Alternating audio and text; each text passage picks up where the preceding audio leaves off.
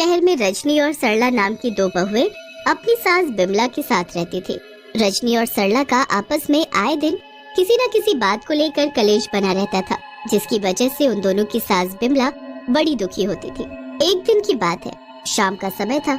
बड़ी बहू रजनी किचन में खाना लेने के लिए जाती है तो ये देखकर वो गुस्से से लाल पीली हो जाती है और जोर से चिल्लाती है, ये क्या, अभी तक खाना नहीं बना और उनके आने का टाइम भी हो गया है। मैं सरला को खाना बनाने के लिए बोल कर गई थी कि शाम का खाना आज उसे ही बनाना है, पर उसने तो खाना बनाया ही नहीं।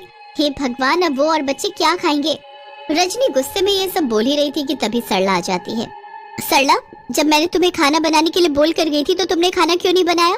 हाँ तो क्या, मुझे भी कुछ काम करना था तो मैं वही पूरा कर रही थी। काम तो बाद में भी हो सकता था, इतना था तो खुद क्यों नहीं खाना बनाकर चली गई? मैं छोटी हूँ तो इसका मतलब ये नहीं कि मैं हर बात आपकी सुनूं। रजनी और सरला दोनों आपस में झगड़ ही रही थी कि तभी उनकी सास बिमला वहाँ जाती है। क्या हुआ, तुम दोनों क्यों झगड़ रही हो? अरे खाना नहीं बना है तो दोनों मिलकर बना लो, इसमें झगड़ा करने की कौन सी बात है। उन दोनों बहुओं का झगड़ा इतना बढ़ जाता है कि बात घर के बंटवारे तक आ जाती है और वो दोनों घर का बंटवारा तक करने के लिए राजी हो जाती हैं। अब तो इस घर में तभी रहूंगी जब इस घर का बंटवारा होगा। हाँ, और मैं भी इस घर में और नहीं रह सकती, मुझे भी इस घर का बंटवारा चाहिए। बंटवारे की बात सुनकर बिमला को चक्कर आ जाता है। क्या क्या तुम दोनों ने बंटवारा बंटवारा लगा रखा है? तुम दोनों ऐसा सोच भी कैसे सकती हो कि इस घर का बंटवारा हो? बस हमें नहीं पता, हमें अभी के अभी इस घर का बंटवारा चाहिए, तभी हम इस घर में रहेंगे, नहीं तो हम ये घर छोड़कर चले जाएंगे। बिमला अपनी दोनों बहुओं को बहुत समझाती है, पर उसकी दोनों बहुएं थी कि उसकी बात मानने को तैयार ही नहीं थी और वो दोनों अपना अपना सामान पैक करती हैं और घर से जाने लगती है। तुम दोनों इस घर की बहुएं हो, तुम ये घर छोड़कर नहीं जा सकती। अब हम इस घर में नहीं रहेंगे, बस। हाँ, हमें इस घर का बंटवारा चाहिए। बिमला अपनी दोनों बहुओं के आगे रोती गिड़गिड़ाती रह जाती है, पर उसकी दोनों बहुएं टस से मस नहीं होती और फिर बिमला हार कर घर के बंटवारे के लिए राजी हो जाती है। ठीक है, तुम दोनों यही चाहती हो ना कि इस घर का बंटवारा हो, तो कर लो इस घर का बंटवारा। फिर वो दोनों बहुएं आपस में घर का बंटवारा कर लेती हैं और फिर बात आती है उनकी सास को साथ रखने की। दोनों बहुएं आपस में कहने लगती हैं, घर का तो बंटवारा हो गया, पर माँ जी रहेंगी किसके साथ? हाँ, ये तो हमने सोचा ही नहीं। एक काम करते हैं, जैसे हमने घर का बंटवारा किया है वैसे ही हम माँ जी का भी बंटवारा कर लेते हैं। हाँ, ये सही रहेगा। ये सुनकर उनकी सास के होश उड़ जाते हैं। तुम दोनों को शर्म नहीं आती अपनी सास का बंटवारा करते हुए? मुझे नहीं करवाना अपना कोई बंटवारा। माँ जी, इसमें परेशानी ही क्या है? देखो, कभी आप दीदी के साथ रहना, कभी मेरे साथ, इससे आप अपनी दोनों बहू और बेटों के साथ भी रह सकेंगी। बिमला को अपना बंटवारा देख बड़ा गहरा सदमा लगता है और फिर इस तरह बिमला कुछ दिन अपनी बड़ी बहू के साथ रहती तो कभी छोटी बहू के साथ। लेकिन एक दिन जब उसकी बड़ी बहू रजनी आकर उससे पूछती है, वो माँ जी, आपके पास जो गहने थे वो कहाँ हैं? गहने? वो तो मुझसे सरला ने ले लिए थे जब मैं उसके पास रह रही थी।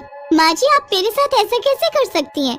जब आप मेरे साथ रह रही हो तो गहने सरला को कैसे दे सकती हो? मुझे नहीं पता, वो गहने मुझे चाहिए।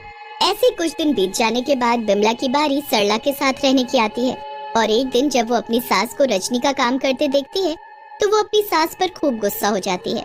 माँ जी, जब आप मेरे साथ रह रही हैं तो आप दीदी का काम कैसे कर सकती हैं? इस तरह दिन पर दिन दोनों बहुओं की खींचातानी की वजह से उनकी सास बेहद दुखी रहने लगी और फिर एक रात उसकी मौत हो जाती है और वो एक चुड़ैल बन जाती है।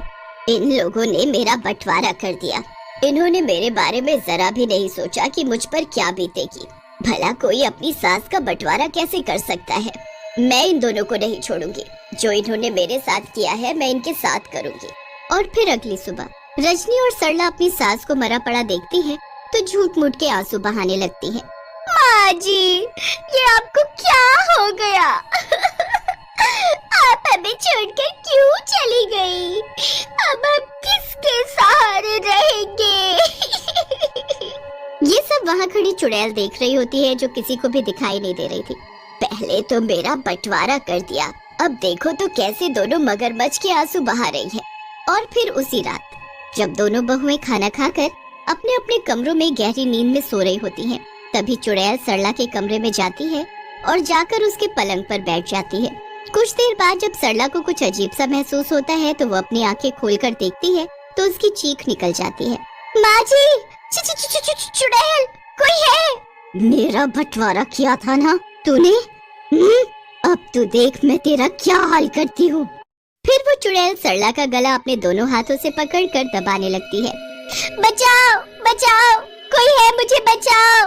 उसकी चीख की आवाज से सभी उसके पास दौड़े चले आते हैं तो सभी देखते हैं कि सरला अपने दोनों हाथों से अपना ही गला दबा रही है। सरला, सरला ये क्या कर रही है? तुम अपने हाथों से अपना गला दबा रही हो। दीदी दीदी दीदी, वो चुड़ैल अभी मेरा गला दबा रही थी। ओहो, तुम सरला कैसी बातें करती हो? यहाँ कोई नहीं है, लगता है तुम बहुत बुरी तरह डर गई हो। रजनी और बाकी के सभी लोग जैसे तैसे करके सरला को सुला देते हैं। फिर कुछ देर बाद जब गहरी नींद में रजनी सो रही होती है तो उसे कुछ अजीब सी आवाज सुनाई देती है, जिसे सुनकर वो जाग जाती है और आवाज की तरफ जाने लगती है।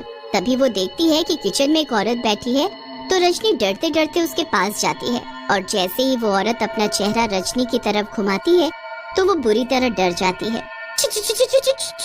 चुड़ैल! अरे अरे, कोई तो मुझे बचाओ। रजनी की आवाज से सरला और उसका पति वहाँ आ जाते हैं। क्या हुआ? तुम इतना जोर से चिल्ला क्यों रही थी? वो मैंने अभी यहाँ पे एक चुड़ैल को देखा जो बहुत ही डरावनी लग रही थी। लगता है तुम दोनों की दोनों को वहम हो गया है। अब सो जाओ और हमें भी सोने दो। और फिर अगली सुबह सरला और रजनी सोकर उठती है तो अपने हाथों को खून से लथपथ देखती है। खून खून खून खून! वो दोनों बुरी तरह चिल्ला रही थी पर उनके हाथों से खून रुकने का नाम ही नहीं ले रहा था। पक्का जरूर ये सब माँ जी कर रही होंगी। हाँ, वो हमसे बदला ले रही है। हमें अभी के अभी तांत्रिक बाबा के पास जाना होगा, अब तो वही हमें बचा सकते हैं।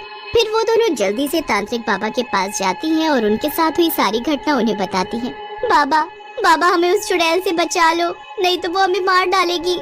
तांत्रिक बाबा कुछ देर अपनी आंखें बंद करने के बाद खोलते हैं और गुस्से से वो दोनों बहुओं की तरफ देखते हुए कहते हैं, ये तुम दोनों ने अच्छा नहीं किया। तुम दोनों ने अपनी ही सास का बंटवारा कर दिया, जिसकी वजह से वो अब तुम दोनों से बदला ले रही है। बाबा हमें माफ कर दो, हमसे गलती हो गई। हमें उस चुड़ैल से बचा लो, उससे बचने का कोई न कोई उपाय तो होगा।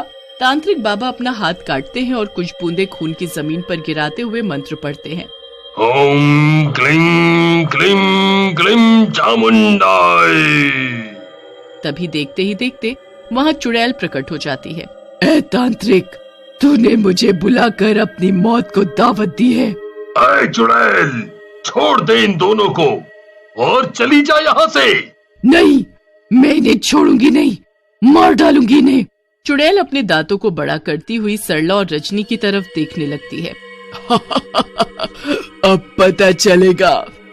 नहीं, हमें मत मारो, छोड़ दो हमें। चुड़ैल अपने नुकीले दांतों को सरला की गर्दन पर रखने वाली होती है कि तभी तांत्रिक मंत्र से उसे रोककर पकड़ लेता है। ए तांत्रिक, मुझे छोड़, नहीं तो ठीक नहीं होगा। ए चुड़ैल, इन्हें मत मार, जाने दे इन्हें। नहीं, मैं इन्हें छोड़ूंगी नहीं, मार डालूंगी इन्हें।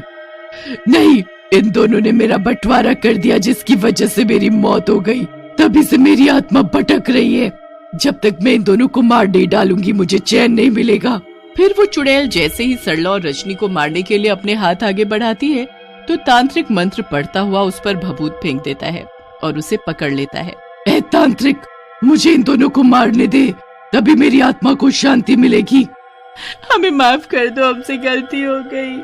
मैं तुम्हें एक ही शर्त पर माफ करूंगी, जब तुम दोनों अपने घर का बंटवारा खत्म करोगी और फिर कभी आपस में झगड़ा नहीं करोगी।